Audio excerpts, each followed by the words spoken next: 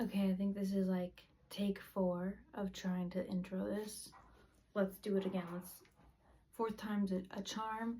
You may hear my cats playing with their cat treat puzzle, but I have already stopped this video enough times to accommodate those sounds, and I'm just gonna roll with it. I moved it.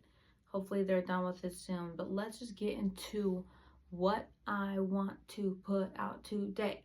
And that's a queer riff, okay? Because I kind of want to spread the message to other queers and other people of color as well. Other as in me, like, no, I'm literally white. I meant just people that are also queer and POC. I think it's really important that we all connect, but I'm really focusing on specifically all types of queer individuals, because even when we have our own different experiences, we still share a very common same experience, and those just can manifest in different ways, but we're all part of the same community, and like within that huge community there's many subgroups, right? But I felt inspired by Caleb Heron's podcast that came out yesterday with Lily Wachowski, and I don't pay attention to film that much, so I don't really know many directors, producers, writers.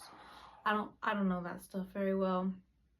So I didn't even know who Lily Wachowski is, but she's a trans woman and she's in the film industry and has worked on really, really big movies. But again, I'm not a film buff, so even though I've heard of these movies, I know what they are. I haven't actually personally watched them. But that's besides the point, because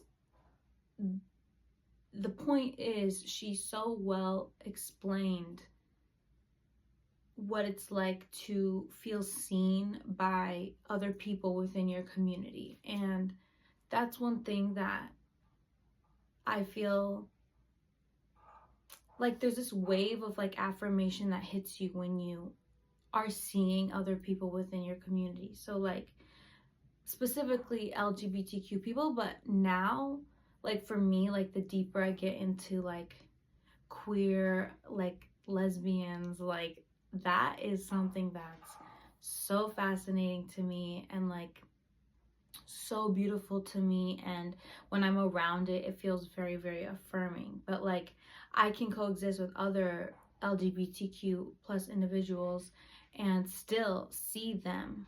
I just haven't walked their path, you know? But when we cross paths, it's this moment of like a I see you, you see me. And it's this mutual respect, because at the end of the day, we're in this together. And so the whole point of what she was talking about was how continuing to create our art is so important right now, because our communities are being actively erased by like the current administration. And as long as we make art, we can't be erased. Whatever you put out for people to perceive, that can never be erased. And even if it was scrubbed, people would still have a memory of it. So that is why I love to talk. I don't know what I'm doing here, you know, like I can't even call them like video essays, because I'm not even writing up shit before this. I just talk, and it's just, I guess, like thought and verbal expression is what I'm doing, and I just hope that it resonates with other people, especially queer people, because I feel so proud to be in that community. But I also want to remind one another that this is the time now to express your art, whatever that is, because when we are going through such historical times, which is what's happening right now, even though people may not be seeing it that way because we're currently living it, we're suffering through this. No matter if that's the case, you still have to do your art, because if they are trying to erase us by stripping us of our rights and conversion therapy and whatever else comes along with what the fuck they're ever trying to do. Like, our biggest act of resistance is by continuing to pursue our art and pursue ourselves through our art. Because queer people are some of the most creative people on this planet, and that is what's so beautiful to me, to be part of this community, because we put out so much to the world that people get to enjoy, and the same people who enjoy our art do not fight for us. And so being queer and leaning into your queerness as you evolve in your human experience, that looks different for everybody. But being queer in and of itself is an act of rebellion. And how fucking important is that in moments like the ones we're living in right now? To be unapologetic in the streets, in the public, within yourself, to still affirm yourself is so beautiful. But when we can walk out into the world and commune with each other and see one another, that is like one of the most powerful feelings you can experience in this world. Like, I remember the first time I went to a pride parade, and it had only been like a year since I'd come out, and I just like couldn't help but like choke up when I was there, because it just felt like, oh my God, to be seen and to be celebrated. And that's, if not for the rest of the world, that's the most important thing we can give each other, is full embrace. Even if we may not understand one another's experiences, because me being a lesbian is different than someone else being a trans person. We will never personally experience those unless we did experience those and then transition into different things. That's the beauty of queerness, is always changing. But I just love hearing other queer people speak about that like wave of affirmation you get from connecting with those that are in the same genre as you. Because there's only so many of us, and so many of us who are self-actualized enough to be out and to be expressing ourselves to the world, no matter what the repercussions could be. Like that, think about that. Think about that. If you are a queer person and you live outwardly to the world, you need to acknowledge how inherently brave you are for that. Pat yourself on the fucking back, bro.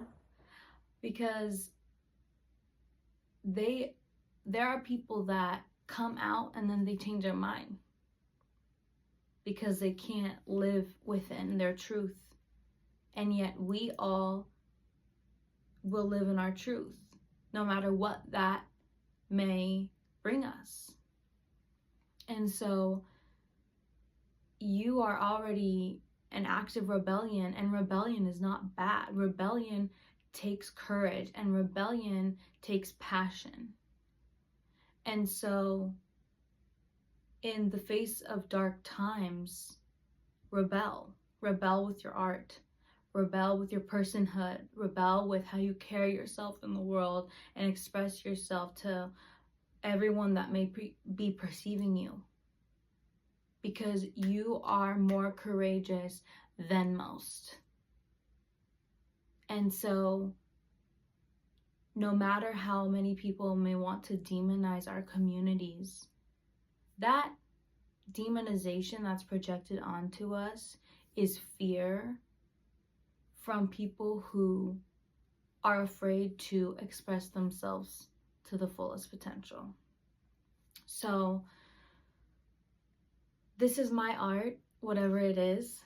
I feel like there are so many art forms each human can partake in, and you don't have to be perfect at all of them. You can try many art forms. You can find what works best for you, but just express yourself loudly and just without shame. Because in a world that is trying to shame us, the last person who should be shaming you is you. So find the beauty within you that you want to express to the world, because someone is going to appreciate it, someone is going to feel seen by it, and someone is going to want to share your message. Because look at, I'm here today.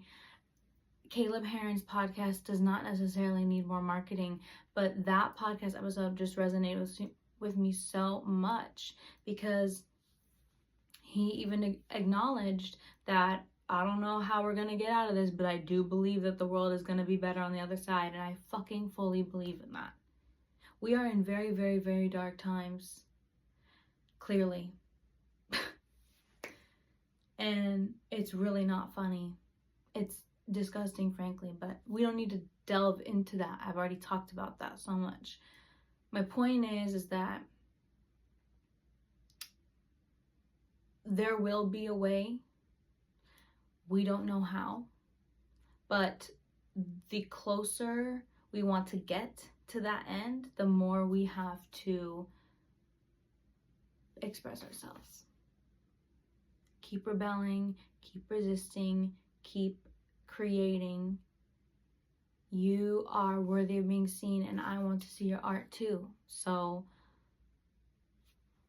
fuck it, you know? Do what you want to do.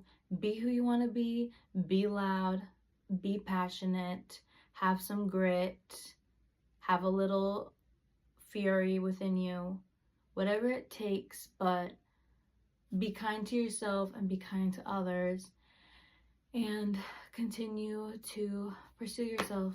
Seriously, why not? Bye.